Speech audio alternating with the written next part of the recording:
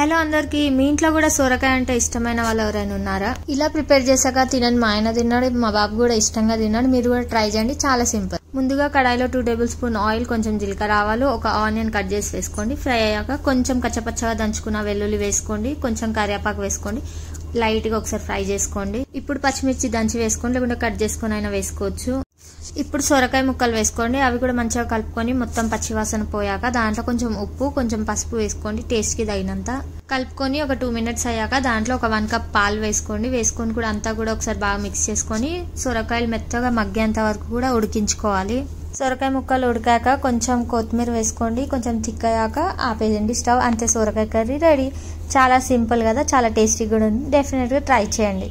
నేను స్కూల్ చదివినప్పుడు హాలిడేస్ రాగానే నానమ్మ దగ్గరికి వెళ్ళేదాన్ని. అప్పుడు మా నానమ్మ చేసి పెట్టేది సొరకాయ కర్రీ. ఆహా, ఆ టేస్టే వేరు. అప్పటిలాగా ఇప్పుడు టేస్ట్ ఉండట్లేదు, కానీ ఇలా ప్రిపేర్ చేసుకొని చాలా టేస్టీగా ఉంటుంది. మా ఆయన తినడం తెలుసు, అయినా కానీ వండాను.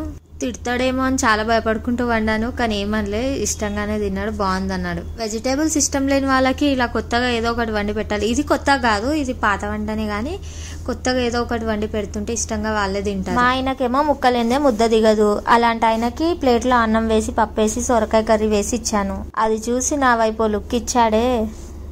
రేపు బిర్యానీ చేసి పెడతా, తినే ఇంకా తినంటే తిన్నాడు. తిన్నాక కాంప్రమైజ్ అయ్యాడు. నాట్ బ్యాడ్, గుడ్ ఓన్లీ అనుకుంటూ.